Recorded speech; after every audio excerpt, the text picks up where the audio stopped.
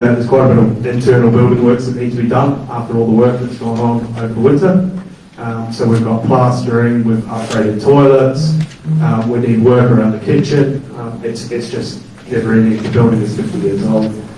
So we've come looking for a grant to help support that and to help with our goal of making the building safe and as user-friendly as possible so that we can begin those strong ties to the community. Thank you. Just to repeat that this is totally voluntary and it's a community group, it's nothing, it's not a business. Okay. I mean, we've just done 500, are we going to go for another 500 and match it? Yeah, definitely. Thank you. Number 7 then, Kingsley War Memorial. This is to consider a request from resident steering group and WH to improve the War Memorial in Kingsley. I think this is for us to get our staff to do some painting of the fences. Now we know it's definitely ours. I've got no problem with it. It's the cost of what, paint, shrubs, that sort of thing. What's WDH suggested? With your permission, Madam Chair. Coincidentally, 2 items of correspondence came in. One from the steering group, which says that the memorial does look neglected and unloved. Residents would be grateful if it could be replanted and painted to make it look like it and its function matter. And then separate to that, correspondence from WDH, that's Wakefield and District Housing. Would the Town Council be interested in working together with WDH to improve the area around the memorial? Yeah. But it used to get done all the time, didn't it? Yeah, I think we go for it. Yeah. All in favour? Yeah, brilliant. Next one is in regards to defibrillators. Struggle with that one. So what, we've got a problem with on Ollybank and that there's no defibrillators. A lady whose son collapsed needed one, but the one in cemetery football ground, it's behind block gates. Nobody can get to it, which it's a waste of being there because it's only weekends it can get used. So I've been speaking to the football club and we're asking if we can move it to outside the gates so it can become for not only for football club but for the old people's bungalows in that area, and if we could fund moving it and that. We need that invited from the territory because it's their defibrillator. Why didn't you say that in the first place? Should we just agree in principle then, yeah? Right, so I'll get Terry's onto that one. Yeah, there shouldn't be a problem there, actually, because when we put in for them, Fitzwilliam, Kingsley, Emsworth, there was never any problem getting a defib. No, should be fine then to move it. Yeah, there should be no problem. The lady would have had to run down to the community centre to get a defib.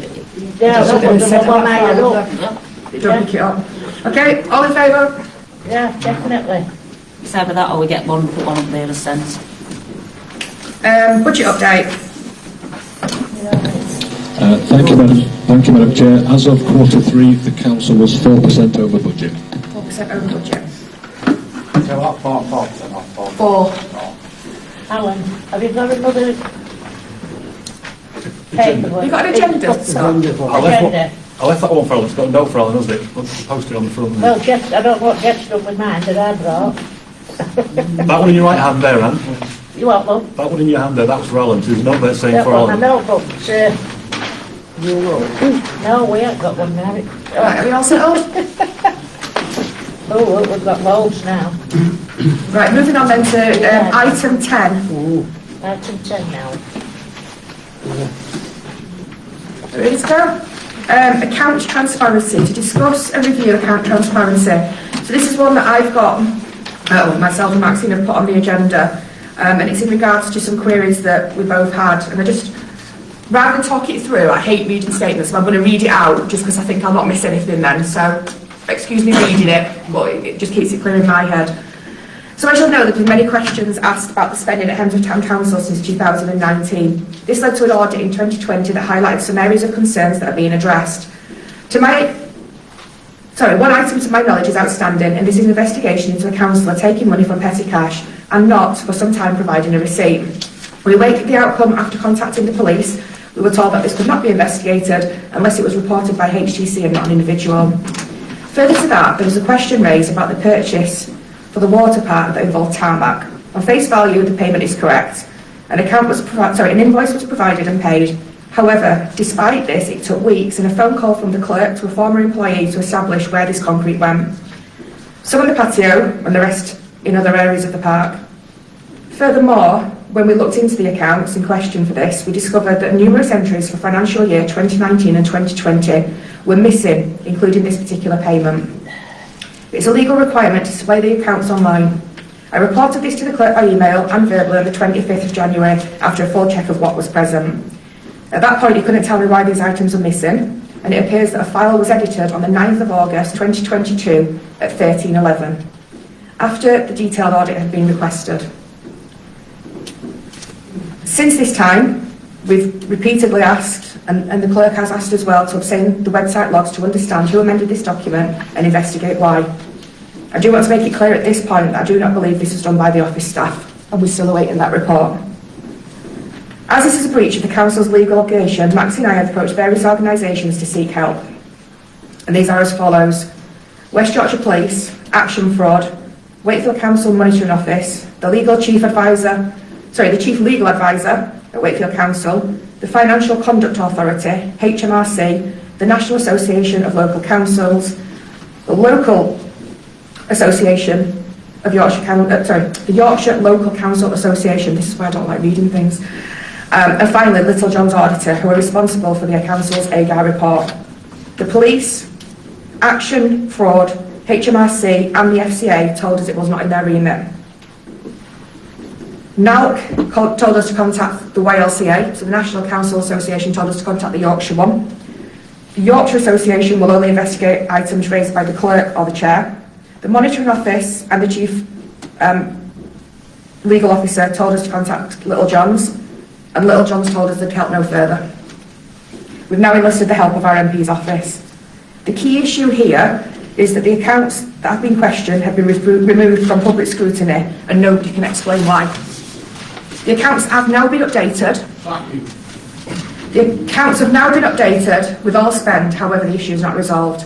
As you can imagine, this is massively frustrating. We face brick walls at every turn. We now have this clear evidence, and we would like to ask the Chair and the Clerk to report this matter to YLCA.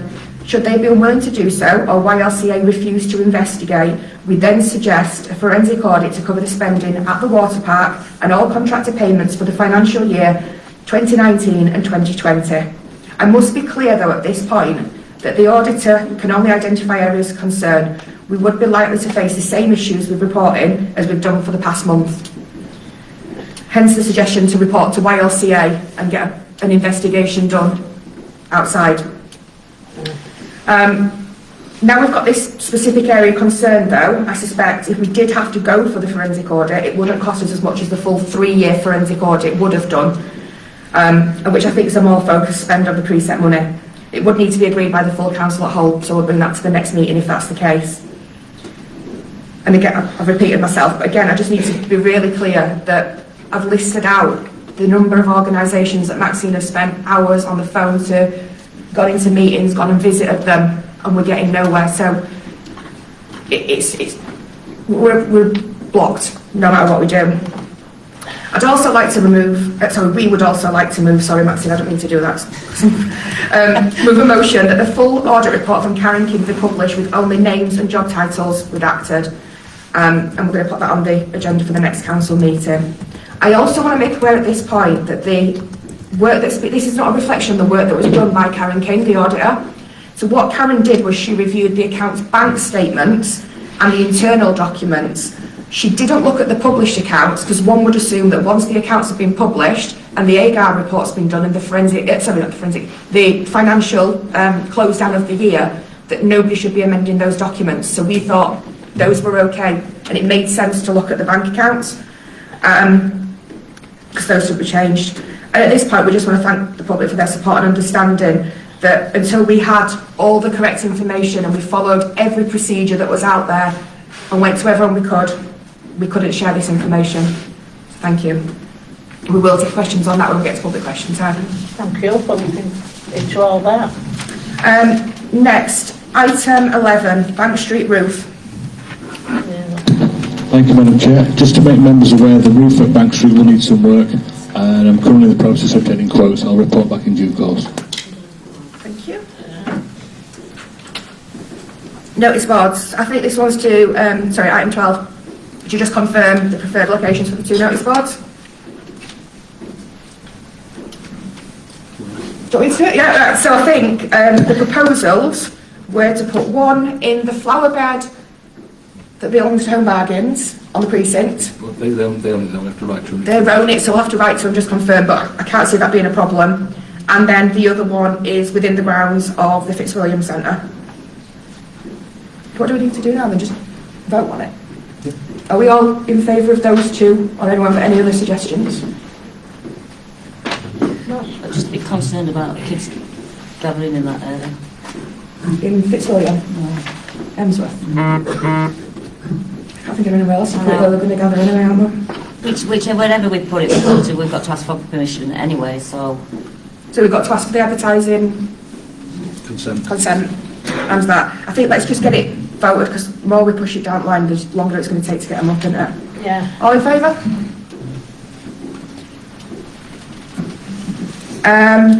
Item 13, public question time. So this is to receive questions pertaining to the committee's remit from members of the public. So we have got 15 minutes for question time. Is that all? First of all, can I just say thank you? First of all, can I say thank you to what you've just obviously said regarding the transparency in the accounts. I raised before about things not being on the accounts, etc. So thank you. And again, perhaps if the information that I sent for the auditor to look into, which was some of the things that you've raised, perhaps Karen would have been able to look at it. Unfortunately, for whatever reason, she didn't receive it. But my question is, I know it's in exclusion, but can I just ask, the toilets, are they going to be portables or a permanent building? I think that's what's up for discussion. Right, because if it is a permanent building, can you just ensure that you actually Planning permission, planning permission? We need to decide what we need to do now. Okay. And the other thing is, obviously in exclusion, you've got quite a number of things that you're proposing to either replace or work to be carried out. Where is those funds actually coming from? Because everything's unbudgeted for. So that's what we're going to have to discuss, isn't it? We're going to have to discuss it. I mean, the items that are on there, the reason they're in there is because obviously we have to discuss tenders and it's commercially sensitive. Some of the items may be pushed into next year. Okay, they're not budgeted for next financial year either. The things that have come upon us, you know, we've got the Play World on there as well in the next meeting. I mean, I've laboured the point enough, you know, this sort of thing keeps happening and things keep getting pushed down the road and we have to work out what we can cover out of what we've got left this year. We are over budget, but the reserves are there for emergencies. That's exactly what they're there for. And things like keeping Play World open, to me, is something we absolutely have to do. Other things we may have to look at if there's other options, cheaper options. But in short, Kathy, it will have to come out of reserves. I think that's right to say. And how much have we got in reserves at the moment? Oh, you figured that off for me, didn't you? 26. And was that taken off the past tender? Will that figure be... Now we think past tender's going to have to be discussed. Yeah, so remaining reserves, this is, so the bottom number is to consider all those costs, isn't it? wage increase, the paths and everything, yeah? Take those into account, that will be left, yeah. Yeah. So taking into consideration the paths, the 10k that went on the walk-in freezer, and then the work that we've got to consider, which is the remaining work around the paths and Play World, then the remaining reserves will be 405k, just over 405.5k. And our monthly outgoings are 100 grand. give or take. 100 grand. So in theory, we should have a quarter's worth, which is 300k in reserves. So it does push us to the wire with paying for the extra. And that doesn't include the peg loads that we talked about. No. Can I ask a question?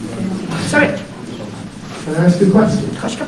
Why is this work so necessary after 4 years? What's been going on in terms of maintenance? I thought the whole point of it was that we paid for general maintenance and upkeep for the water park and Play World. So why is it now, when I'm going to look at raiding the reserves to pay for stuff that should have been done as a matter of course? So the path was already discussed. I think we know why. I can't tell you why it didn't get done. The Play World one, this is Some was done last year. some was done last year, and it goes through goes for an inspection, and the inspection has come back that those things are just no longer usable. So if we don't do them, we can't open Play World. Now, Alan and I discussed this, and I think what we need to do next year is bring the inspection before we set out the budget, so we can budget for it in the next year. I think it's just the way it fell. That's where it's dropped, yeah. Alan will tell you, I was like, how did that, why didn't we do it before? Hindsight, a wonderful thing, but next year we'll have to do that. But again, I can't tell you why. So really, it's down to error, if you want to put it that way. That you should have already had the people look at it to tell you what needed to be done. Timing, because it comes every year, and I think it's just always, am I right in saying, Alan, it's always fallen? It's been every You've year. had 4 years. Sorry, what, get that again? You've had 4 years. It's done every year. No, It's done every year. Yeah. So the inspection we're talking about, that's done every year. So it just happens to fall after the budget. So we did work last year. They do work every year. I think Play World, to be honest with you, am I allowed to say how much it is? On that for the reserve, yeah. All right. So it's £31,000 for an amount for a play area so big. I think you do expect those kind of expenses.